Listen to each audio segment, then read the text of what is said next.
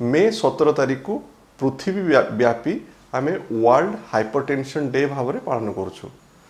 तो हाइपरटेंशन बा उच्च रक्तचाप एक साइलेंट किलर जेमती कि आमर ब्लड प्रेशर आमर देह रे मुख्यतः हार्ट किडनी लिवर एगुड़िक एफेक्ट करिथाए एवं सेटा ब्रेन को मध्य सीरियस भाव में एफेक्ट करिथाए।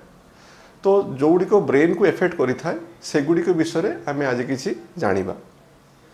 तो ब्लड प्रेशर जदि आपणकर बहुत अधिका रहुछि बा आपण ठीक भाव में मेडिसिन रेगुलरली खाऊ न थांती ताहाले आपणकर हाइपरटेंसिव एनसेफेलोपैथी बा अधिका ब्लड प्रेशर हेकी आपणकर ब्रेन प्रति आघात सृष्टि करिथाए।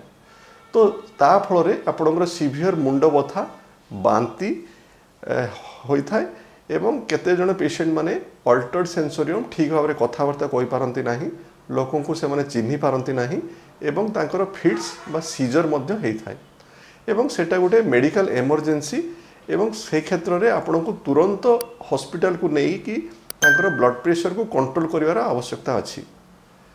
एवं सेकेंड सिम्पटम जदि मु कहिबी ब्लड प्रेशर जदि आपण ठीक भाव में औषध न खाउ थांती बा इरेगुलर खाउ थांती मझे मझे औषध बंद कर दो थांती सेगुड़िक हेले हमर ब्रेन स्ट्रोक बा पक्षाघात होबार संभावना थाए। तो पक्षाघातटा ब्रेन स्ट्रोक दुई प्रकार होता है, गोटे हेमोरेजिक स्ट्रोक होता है बा इस्चेमिक स्ट्रोक मध्य होता है। तो जदि ब्रेन जदि आपनकर ब्लड प्रेशर औषध ठीक रे खाऊ न थांती बा ब्लड प्रेशर बहुत अधिका हो जाए हेमोरेजिक स्ट्रोक होबार संभावनाटा अधिका रही है। तो सेटा आमर मेडिकल इमरजेंसी थाए एवं तुरंत आपन को हॉस्पिटल को जीवा पई पड़िबो एवं ब्रेन स्कैन करिकी आपण न्यूरोलॉजी डॉक्टर बा न्यूरो सर्जरी डॉक्टर सहित परामर्श करी आपण तुरंत ट्रीटमेंट स्टार्ट करिया दरकार। एवं थर्ड जो सिम्पटम्स गुड़िक हुए जदि ब्लड प्रेशर औषध ठीक रे न खाती ताहले आपण उच्च रक्तचाप जोगु आपणकर ब्लड जो धमनी मान अच्छी आमर ब्रेन रे सेगुड़िक मध्य एफेक्ट करिथाए। तो सेगुड़िक मध्य आमर होची कोलेस्ट्रॉल डिपोजिट हो जाए सेगुड़िकर तांकर वाल गुड़िक आपणर कठिन हो जाए एवं ब्लड से ठीक भाव में पास करे नाही।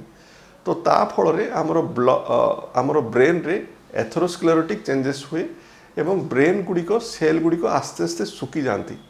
तो ता फल रे आमर ब्रेन गुड़िक आपणकर धड़ा दाग देखा जाए जोटा कि कह जाए ल्यूकोएरियोसिस।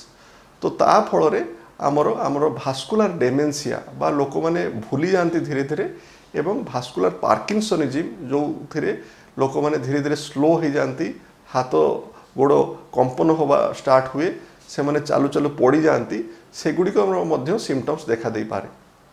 तो तेणु आपणकर जदि ब्लड प्रेशर हाई रोची बहुत जन लोक भावती बोधे तांकर गैस बा पेट असुविधा जो होती ठीक भाव में खाई नथिबा जो होती किंतु सेटा जमारू ठीक नुह।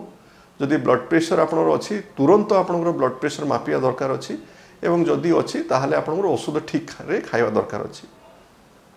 ए वर्ष जो 2024 मसीह 17 मे रे जो आम वर्ल्ड हाइपरटेंशन डे पालन करुछु तार मुख्य थीम है properly measure the blood pressure माने आपण ब्लड प्रेशर को ठीक भाव में मापंतु तार सठिक एवं उपयुक्त ट्रीटमेंट करंतु एवं लिव लॉन्गर बा अधिक दिन बंचंतु एटा ही तार थीम अच्छी। तेणु यही थीम विषय लोकों को सचेतनता करने लोकों को जागरण करने ए वर्ष आम वर्ल्ड हाइपरटेंशन डे पालन करुछु। आमर सोसाइटी रे जेमती कि आमर इंडिया रे आमर देखा देइछि बहुत अधिका लोकंकर ब्लड प्रेशर होउछि जो माने औषध ठीक रे खाउ नांती। एक दुई नंबर हैला से माने औषध खाइके से माने बंद कर दउछंती। तो ता फल रे बहुत लोक माने न्यूरोलॉजिकल ए सब रोग मानकर शिकार हेउछंती। कहार आपणकर डेमेंसिया स्टार्ट होउछि, को लोक माने भूली जाउछंती एवं को लोक मानकर मध्य ब्लड ब्रेन स्ट्रोक मध्य हेउछि। तो तेणु जदि आम ठीक भाव में औषध खाइबा रेगुलारली चेकअप करिबा एवं औषधटा बंद न करिबा ताहले ए सब रोगर होबार संभावना बहुत कम अच्छी। तो तेणु आ विषय जागरण होबा दरकार अच्छी। धन्यवाद। दर्शक बंधु बिना अपॉइंटमेंट रे सबु रोगर सफल उपचार जानिबा पई हेले एबे ही सब्सक्राइब करंतु हमर YouTube channel precaution for health आ बेल आइकन क्लिक कला फल रे आपण हेल्थ रिलेटेड वीडियो सहित रहिबे अपडेट।